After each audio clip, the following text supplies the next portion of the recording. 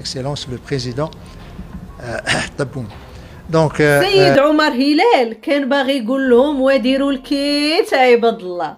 نخليكم مع السيد عمر هلال وشنو قال على احداث السماره وقرار مجلس الامن. قبل ما تشوفوا الفيديو ديروا لايك باش يوصل الناس كاملين. Le Royaume du Maroc se félicite de l'adoption de la résolution 703 du Conseil de sécurité sur la question du Sahara marocain. À cette occasion, je voudrais remercier vivement le penholder américain pour la rédaction et la négociation de cette résolution. Nos remerciements s'adressent également aux autres membres du Conseil pour leur apport constructif et leur vote en faveur de cette résolution, qui représente un jalon additionnel dans le socle onusien pour le règlement définitif de ce différend régional entre deux pays voisins, le Maroc et l'Algérie.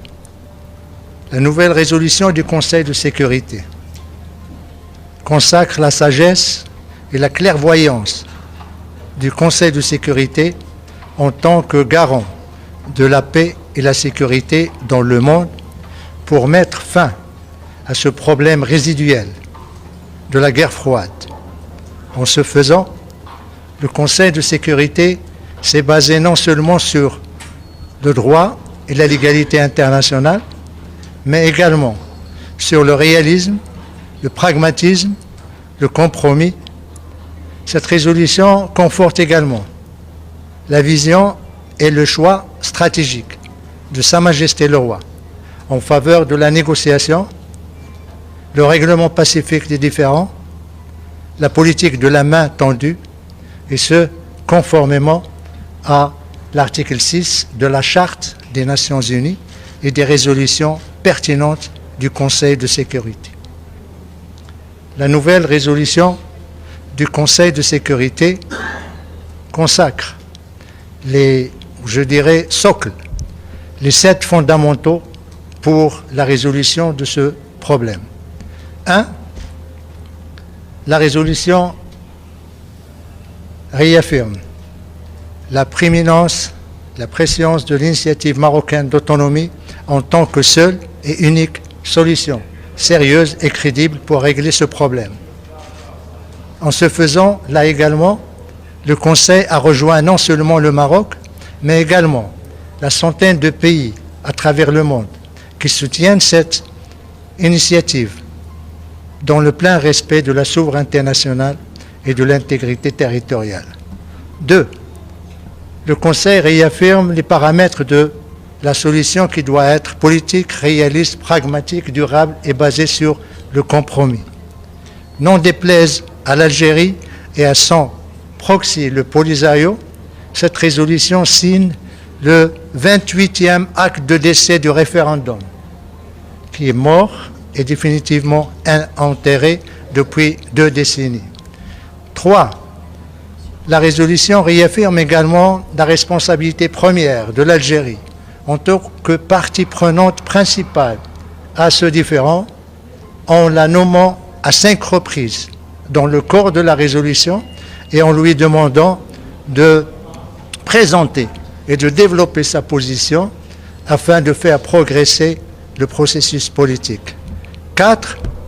Le Conseil consacre le cadre des tables rondes du processus politique avec ses 4 participants, ignorant par là même le refus de l'Algérie de reprendre sa place autour de la table ronde. 5. Le Conseil exprime ses vives préoccupations à l'égard de la rupture du cessez-le-feu par le groupe séparatiste armé et le somme de respecter la libre circulation et réapprovisionnement de la MINURSO. 6. La résolution se félicite des réalisations du Royaume dans le domaine de la promotion et la protection des droits de l'homme, désavouant ainsi les allégations fallacieuses de l'Algérie et de son proxy polisarien. Enfin, 7.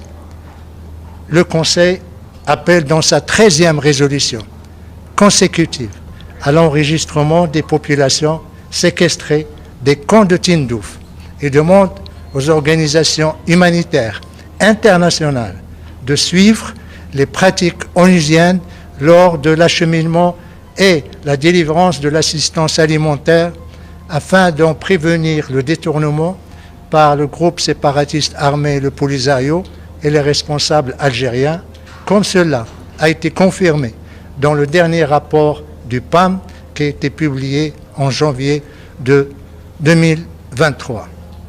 Voilà, je suis à votre disposition pour toute question que vous voudrez poser. Adla, s'il vous plaît. La presse a parlé hier de 4 explosions dans la ville de Smara. Est-ce que vous aurez plus d'informations sur les responsables? Effectivement, comme l'a souligné la presse internationale, les radios, il y a eu 4 déflagrations dans la nuit de samedi à dimanche dans la ville spirituelle du Sahara marocain, dans la ville de Ma'al-Ainin, le grand leader de l'opposition et surtout combattant, qui a combattu la colonisation espagnole. C'est en pleine nuit que ces 4 explosions ont eu lieu. Je vais vous montrer ici. C'est une ville qui est connue pour sa sérénité, pour la qualité de sa vie et surtout pour le pacifisme de ses populations civiles. Les 4 explosions dont vous avez fait mention, madame, elles sont pratiquement dans le même périmètre. Première explosion, c'est dans le quartier industriel.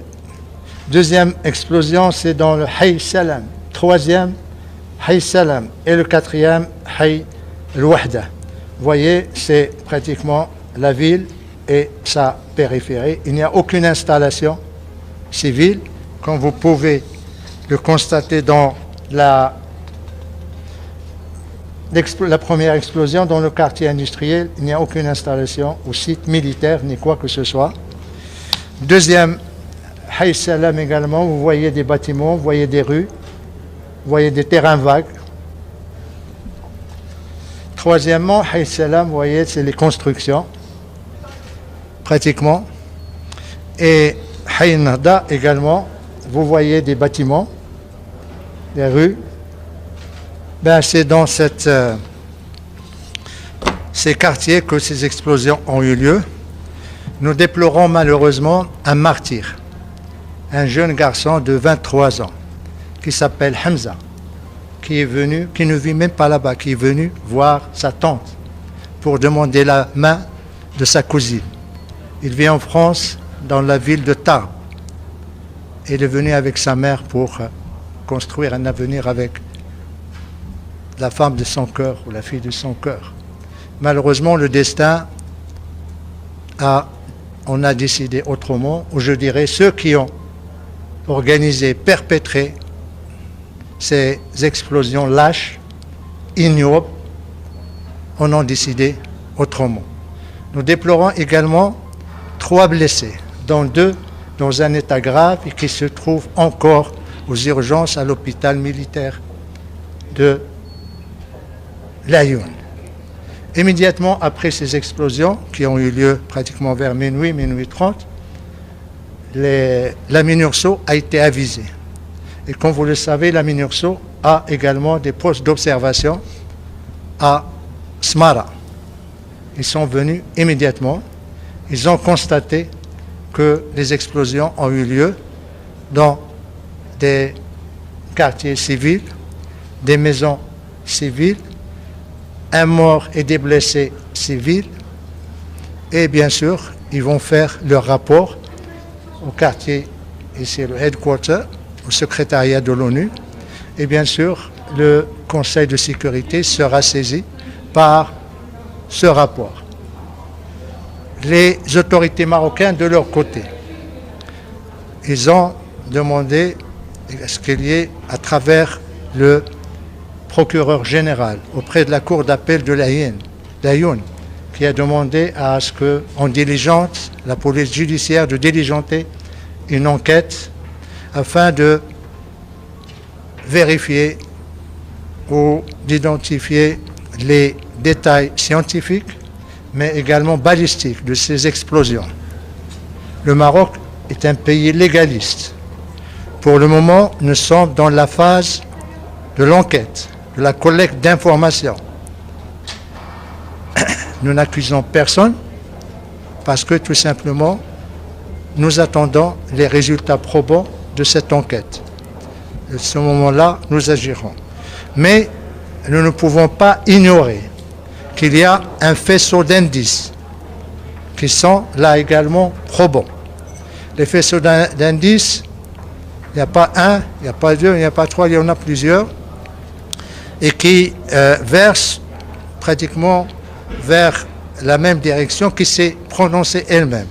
Le premier indice, c'est le communiqué qui a été publié par le groupe séparatiste armé, le Polisario. C'est le communiqué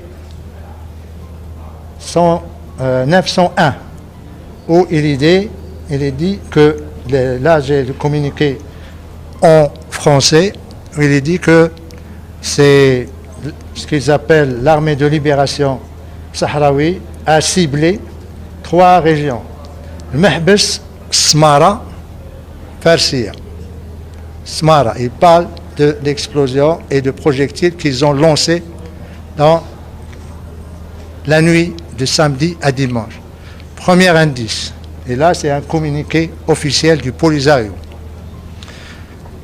Deuxième indice, lorsque les radios et les télévisions du monde, les agences de presse ont commencé à parler de ces explosions, le Polisario, et en le citant, à aucun moment, il n'a démenti.